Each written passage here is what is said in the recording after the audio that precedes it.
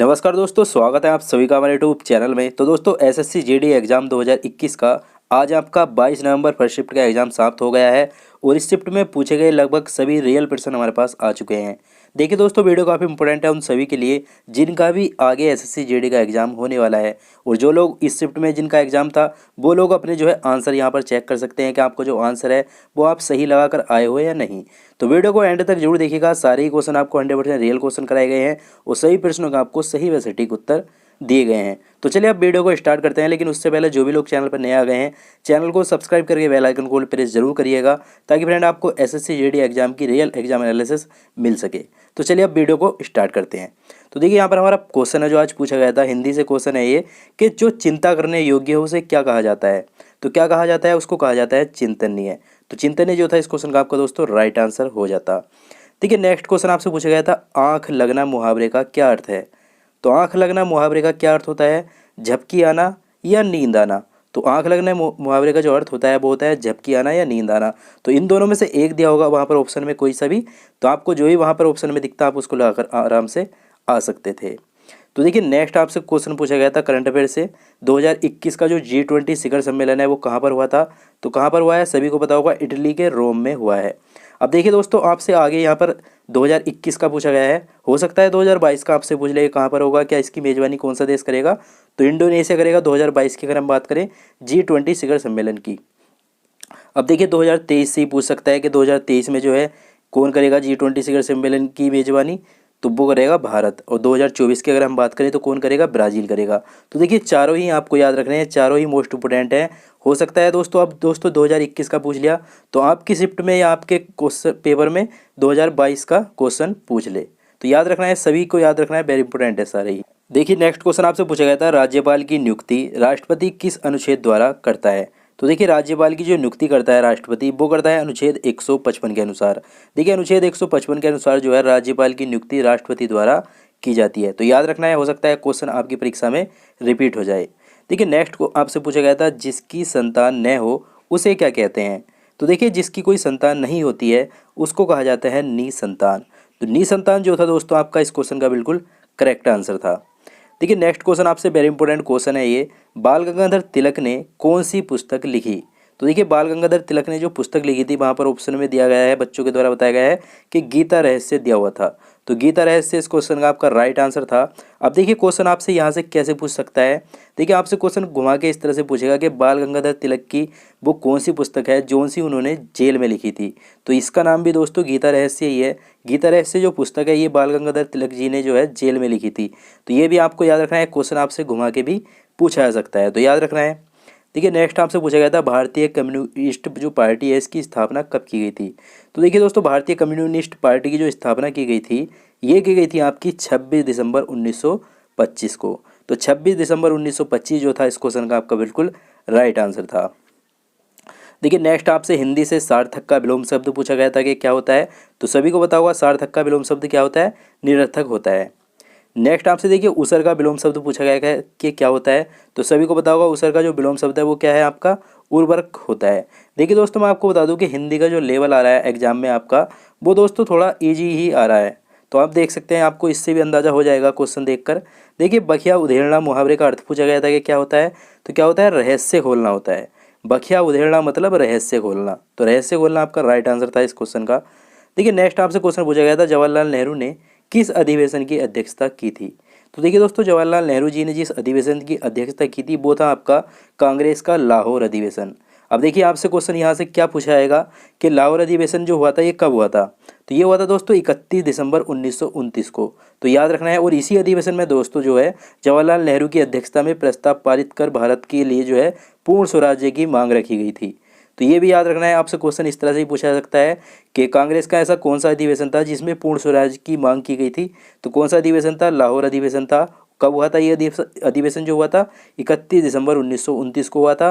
और इस अधिवेशन की अध्यक्षता किसने की थी, जवाहरलाल नेहरू जी ने इस अधिवेशन की अध्यक्षता की थी। तो सभी पॉइंट आपको याद रखना है, सारे ही पॉइंट मोस्ट इंपोर्टेंट पॉइंट है। नेक्स्ट क्वेश्चन आपसे पूछा गया था, हड़प्पा सभ्यता में हल के साक्ष्य कहाँ से मिले हैं। तो देखिए हड़प्पा सभ्यता में हल के जो साक्ष्य मिले हैं वो मिले हैं बनावली से। देखिए बनावली से मिले हैं हल के प्रमाण के आधार पर दोस्तों कहा जा सकता है कि यहाँ के जो लोग हैं वो दोस्तों हल चलाना भी जानते थे। तो याद रखना है। और देखिए आगे क्वेश्चन आपसे घुमा के इस तरह से पूछेगा कि जुते हुए खेत के साक्ष्य कहाँ से मिले हैं। अगर हल के साक्ष्य पूछ ले तो कहाँ है, बनावली है। और जुते हुए खेत के साक्ष्य कहाँ से मिले हैं हड़प्पा सभ्यता में, वो मिले हैं दोस्तों कालीबंगा से। तो याद रखना है, ये क्वेश्चन आपका पूछा नहीं गया था, लेकिन दोस्तों मैंने बता दिया क्योंकि इससे से रिलेटेड था ये क्वेश्चन, तो पूछा जा सकता है, आगे हो सकता है पूछ ले, तो याद रखेंगे इसलिए। नेक्स्ट क्वेश्चन आपसे पूछा गया था, पिता की संपत्ति में पुत्र का अधिकार किस अधिनियम में है। तो देखिए पिता की संपत्ति में पुत्र का जो अधिकार है वो अधिनियम है हिंदू उत्तराधिकार संशोधन अधिनियम 2005। अब इस अधिनियम के बारे में थोड़ा सा जान लीजिए। देखिए हिंदू उत्तराधिकार संशोधन अधिनियम 2005 में संपत्ति की दो श्रेणियां हैं, एक है पैतृक और दूसरी है स्वयं अर्जित। देखिए पैतृक संपत्ति जो होती है उसमें पुरुषों की वैसी संपत्ति अर्जित संपत्तियां आती हैं जिनका 4 पीढ़ी से पहले तक जो है कभी बंटवारा नहीं हुआ हो। देखिए साल 2005 से पहले जो है इन पर जो है केवल बेटों का अधिकार था, लेकिन उसके बाद दोस्तों बाद में क्या है, बेटियों को भी बराबरी का अधिकार जो है दे दिया गया है 2005 के बाद। तो इस क्वेश्चन का तो राइट आंसर था आपका हिंदू उत्तराधिकार संशोधन 2005 अधिनियम, तो याद रखना है। नेक्स्ट आपसे पूछा गया था ज्ञानपीठ पुरस्कार 2019 किसे दिया गया है। तो दोस्तों करंट अफेयर की अगर हम बात करें तो देखिए आप यहाँ पर देख सकते हैं कि 2019 से करंट अफेयर पूछा गया है, तो 2020 से ही पूछा जा रहा है, 2021 से ही पूछा जा रहा है। तो करंट अफेयर दोस्तों जी के जो आ रहा है वो थोड़ा सा टफ आ रहा है करंट अफेयर की अगर हम बात करें तो देखिए 2019 का ज्ञानपीठ पुरस्कार किसे दिया गया है, अक्कीतम अच्युतन नंबूदरी को दिया गया है। और ये कौन से नंबर का ज्ञानपीठ पुरस्कार था, ये दोस्तों 55वें नंबर का ज्ञानपीठ पुरस्कार इनको जो है दिया गया है, तो याद रखेंगे इसको भी। देखिए उन्नति का विलोम शब्द पूछा गया था कि क्या होगा, तो उन्नति का विलोम शब्द क्या होता है, अवनति होता है। तो अवनति आपका राइट आंसर था इस क्वेश्चन का। हुंडरू जलप्रपात पूछा गया था कि किस नदी पर है, कहाँ पर है ये दोस्तों, सुरेखा नदी पर है। और अगर हम बात करें कि कहाँ पर है ये, तो रांची में है, ये भी याद आपको रखना होगा। देखिए नेक्स्ट आपसे पूछा गया था आंखें चुराना मुहावरे का क्या अर्थ होता है। तो इसका अर्थ होता है नज़रें बचाना या नज़र बचाना। देखिए दोस्तों जब कोई आपके सामने होने के कारण कभी भी आपकी ओर नहीं देख रहा हो, तो इस तरह से दोस्तों क्या होता है, वो नज़र बचाता है आपसे या आंखें चुराता है। अब देखिए वेरी इंपॉर्टेंट क्वेश्चन आपसे पूछा गया था, भारत में जो भारत माता जो मंदिर है ये कहाँ पर है। मोस्ट इंपॉर्टेंट क्वेश्चन है और ये क्वेश्चन दोस्तों आपका रिपीट हो सकता है।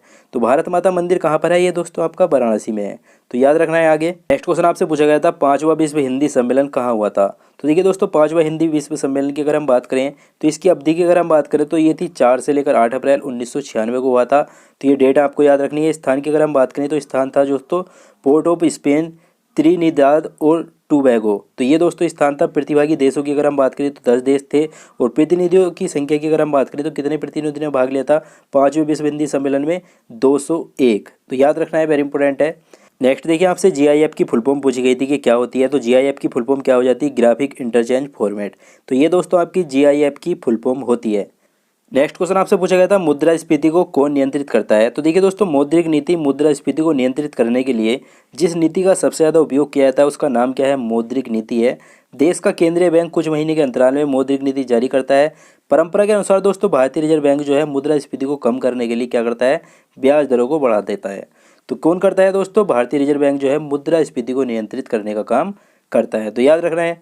देखिए नेक्स्ट आपसे पूछा गया था अनुच्छेद 324 का संबंध किससे है। तो देखिए दोस्तों संविधान के अनुच्छेद 324 में निर्वाचन आयोग को निर्वाचक नामावली रख रखाव तथा स्वतंत्र एवं निष्पक्ष रूप से निर्वाचनों के संचालन की इसकी शक्तियों को कार्य का उपबंध जो है किसमें किया गया है, 324 में किया गया है। नेक्स्ट आपसे पूछा गया था संविधान के किस भाग को भारत का मैग्ना कार्टा कहा जाता है। तो देखिए संविधान के जिस भाग को भारत का मैग्ना कार्टा कहा जाता है वो भाग है 3।